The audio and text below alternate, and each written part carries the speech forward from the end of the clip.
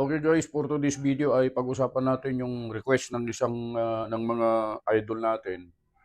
Ilalagay ko sa screen yung mga nagre-request ng topic na ito tungkol dun sa listahan ng mga firearms, mga baril na ginagamit sa bawat division. Hindi natin makukuha yan sa isang vlog lang o isang content lang kasi napakarami po niyan. Uunahin lang muna natin yung production division and then gagayat-gayatin natin, i-upload natin sa mga susunod na mga videos natin yung iba naman. Halimbawa yung standard, open, etc. Okay? Uunahin lang muna natin ngayon yung mga approved na listahan ng mga nasa production division. Hindi ko rin magawang sabihin sa inyo lahat, kaya ang ginawa ko ay ilalagay ko dyan sa screen. And then makikita nyo po lahat dyan yung mga listahan ng mga firearms na pwedeng gamitin sa production division. Okay? Yan ay approved ng IPSC as of May 30, 2024. Okay? So, panoorin nyo na lang dyan guys at makikita nyo kung ano-ano yung mga baril, model ng baril. Nandyan din kung hindi siya kasama kasi may naka-indicate dyan, not approved. Pag ibig sabihin, pag not approved, doon sa box na yon, hindi siya kabilang.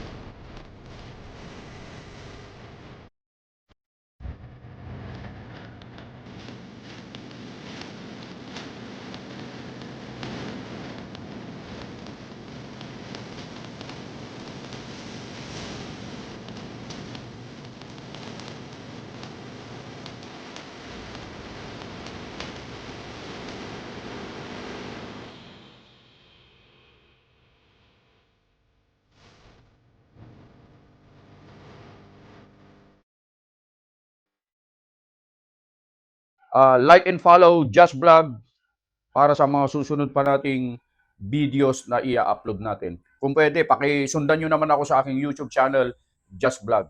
God bless and babush!